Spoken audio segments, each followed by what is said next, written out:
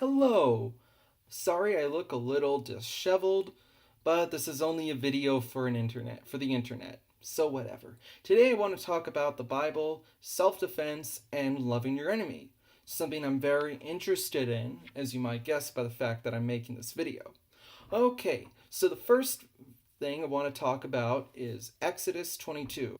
Exodus 22 verses 2 through 3, according to the New King James Version, say, if the thief is found breaking in, so he is struck so that he dies, there shall be no guilt for his bloodshed. If the sun has risen on him, there shall be guilt for his bloodshed. He should make full restitution. If he has nothing, then he shall be sold for his theft. Now, what's the difference between breaking in during the day versus breaking in during the night? And I'll tell you. Now, if you break in at day when people are probably not at home because they're at work being productive members of society, you probably do not intend to kill them, you just intend to take their stuff. Now, if you break in at night when people are at home resting from being productive members of society, then there's a pretty good chance that you want to kill them. So, the point of this verse, or these two verses, is that you should not kill someone if they do not intend to kill you or, I guess, physically harm you. If they're only there for your stuff, you should not kill someone. It is not worth it to kill someone over your TV, so don't do that. That's bad. I'd like you to draw your attention to Proverbs chapter 25 verses 21 through 22 in the New King James Version. If your enemy is hungry, give him bread to eat, and if he is thirsty, give him water to drink. For so you will heap coals of fire on his head, and the Lord will reward you. Now, when I was younger and I read this, I was very troubled, because I thought if you gave your enemy something to eat and something to drink, you would just be enabling them to keep committing crimes or keep doing the evil things they were up to, as if you were to just let them starve, they wouldn't be able to keep doing those things because they'd be dead.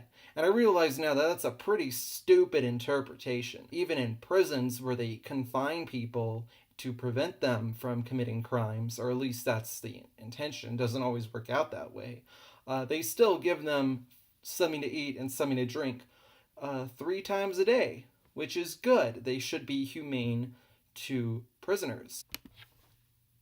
So, how does this fit in with the bigger picture of this video? You should always have a charitable disposition towards your enemies, even if they are attacking you. So you should do your best to do as little damage to them as is reasonable. And if you have to do damage to them, you should call an ambulance for them. I'm pretty sure that's required by law. And you should treat their wounds if you know what you're doing. If you don't know what you're doing, you might cause even more harm. Another point I want to make is not to be excessive with self-defense.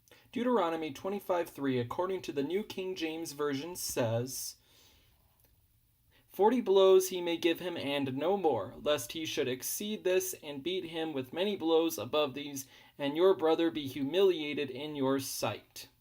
Now, some people might think that punishing someone with lashes is excessive in and of itself, and that is a topic for a different video. I will make a video about criminal justice, because that is something I'm interested in. But for now, I'm going to talk about self-defense and loving your enemies. Now, the point of this verse is that you should not be excessive with punishment, and I think there is a crossover between that and self-defense. You might need to hit somebody to keep them from stabbing you or from breaking into your house. You do not need to tie them up and torture them to keep them from harming you. Now, that's an extreme example, but I think it works. I mean, that's something you should not do. For a less extreme example, you should not shoot someone to maim them for life, to punish them for trying to harm you.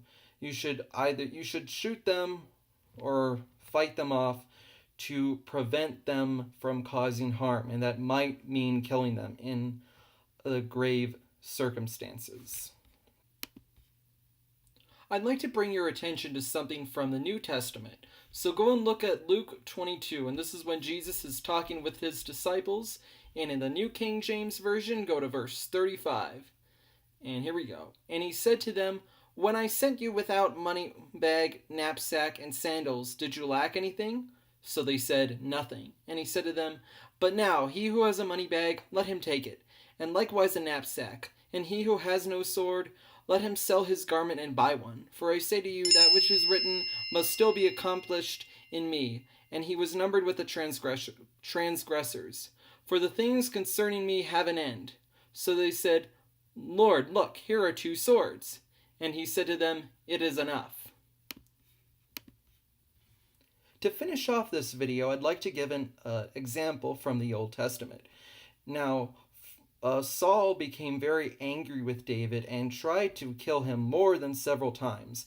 And David evaded his murder attempts.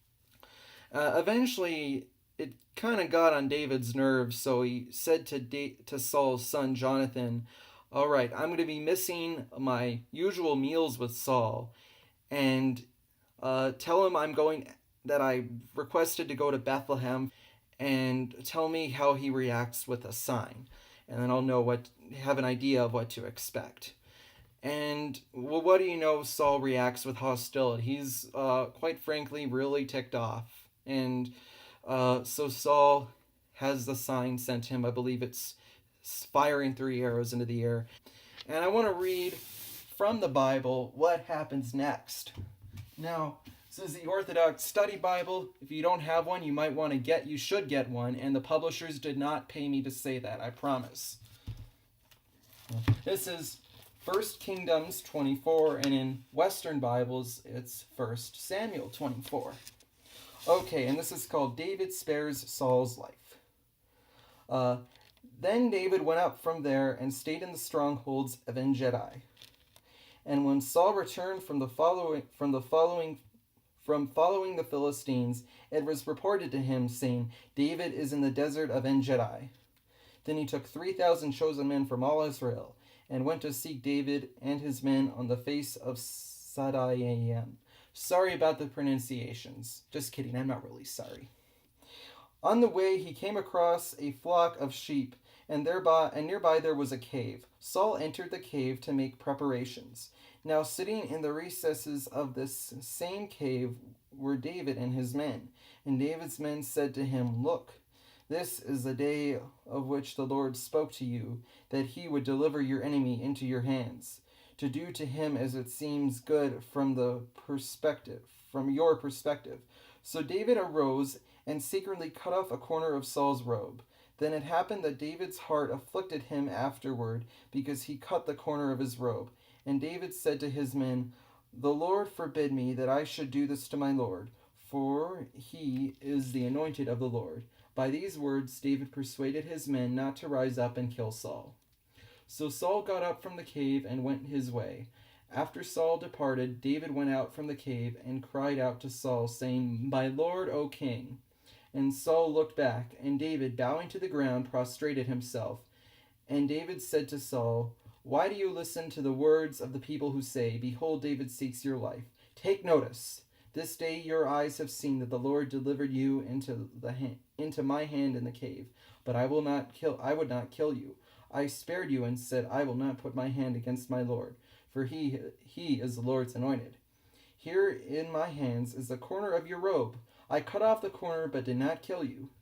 See and know today, there is no evil or impiety or breach of faith in my hand. I have not sinned against you. Yet you hunt my life to take it. Let the Lord pass judgment between you and me, and let the Lord vindicate me from you.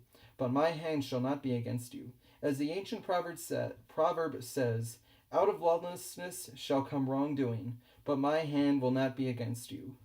Now, after whom do you seek, O King of Israel? Whom do you hunt after? Are you after a dying dog, or perhaps a flea? Let the Lord be judge and jury, each one in my midst, and each one in your midst. And let the Lord observe and decide my judgment, and vindicate me from your hand. And it came to pass, when David finished speaking these words to Saul, Saul said, Truly this is your voice, O son of David. And Saul lifted up his voice and wept. And then he said to David, "You are more righteous than I, for you repaid me with good, but I repaid you with evil. Today you make known how you dealt with me, how when the Lord delivered me into your hand today, you did not kill me. For if a man finds his enemy in distress, and yet in a good way sends him out, the Lord will reward him with good, just as you did today. And behold, I know that you shall be king, and that the kingdom of Israel shall be established in your hands. Therefore, by the Lord, swear now to me that you will not cut off my seed after me, and that you will not destroy my name from my father's house." So David swore to Saul, and Saul went to his place, but David and his men went up to the stronghold at Mesura. Okay, so what are the implications of that? Now, if someone is trying to harm you, you should try to flee. Your initial response should not be to try to kill them or harm them. You should try to get away. Now, if you're in your own house, you probably can't do that. But if you're out in public and someone tries to attack you, you can probably try to get away. You do not need to kill them or shoot them or stab them right away. No. And this is even further reinforced when David could have killed Saul, the man who had tried to kill him numerous times, but did not, but was compassionate and spared his life. Now, you cannot always let attempted murderers go scot-free. In fact, it's rarely something you should do. This is kind of a special circumstance, but there is a general principle here, and that is to be merciful even in the case of someone who is not merciful to you. And I think you're smart enough to get the idea of that. Goodbye.